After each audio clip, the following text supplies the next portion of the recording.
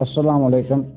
آج ہم بات کریں گے ایران کے انقلاب کے بارے میں۔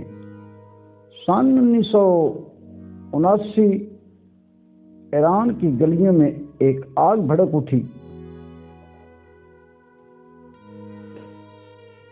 یہ عام انقلاب نہیں تھا، یہ ایمان، غضب اور غیرت کا طوفان تھا۔ شاہ ایران، جسے مغرب کا سب سے مضبوط اتحادی سمجھا جاتا تھا، عوام کے غصے کے سامنے ٹیک نہ سکا اور تب ایک نام اور سامنے آیا۔ یہ نام تھا ایت اللہ خمینی۔ ایک بزرگ عالم جلاوطنی سے لوٹ کر ایک ایسی تاریخ لایا جو صدی یاد رکھی گئی۔ شاہ ایران محمد رضا پہلوی، جس نے مغربی طاقتوں کے بل بوتے پر حکومت قائم کی، آپ خود اپنی عوام سے خوفزدہ تھا۔ اس کا شاہی محل، جہاں کبھی رقص اور شراب کی محفلیں سجا کرتی تھی، اب خاموش ہو چکا تھا۔ امریکہ نے اسے سہارا دینے کی کوشش کی، مگر وقت بدل چکا تھا۔ ایران کی گلیوں سے نعروں کی گونج آ رہی تھی۔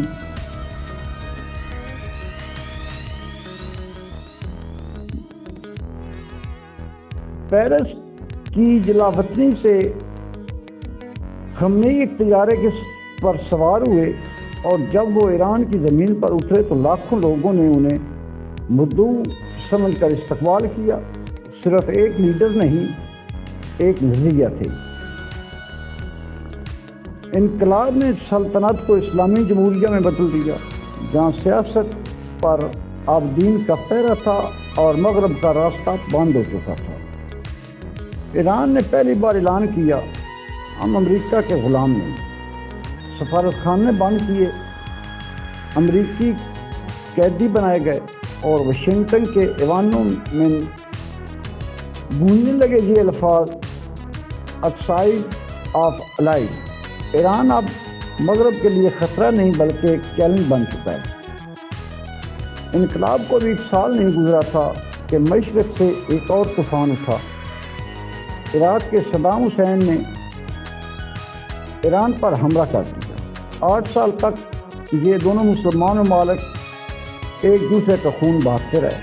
دنیا خاموش رہی، کیونکہ اس جنگ سے اسلحہ بیچنے والے امیر ہو رہے تھے، مگر ایرانی نوجوان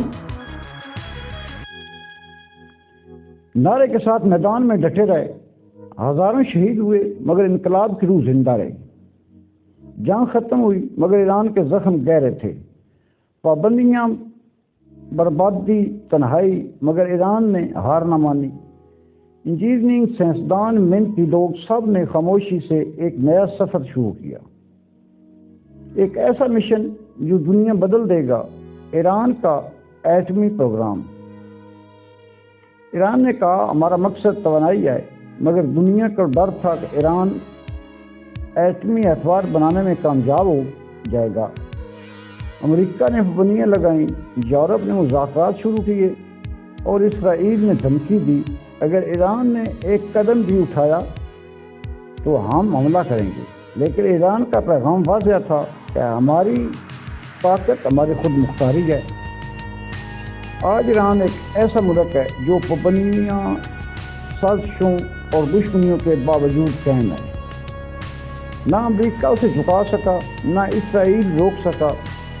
یہ وہ قوم ہے جس نے انقلاب، جنگ اور تنہائی میں جینا سیکھا۔ ایران آج بھی تنہا ہے، مگر جھکا نہیں، اور شاید یہی اس کا سب سے بڑی طاقت ہے۔ اگر یہ ویڈیو آپ کو اچھی لگے، لائک کریں، شیئر کریں، سبسکرائب کریں اور بیل آئکن کو دبائیں۔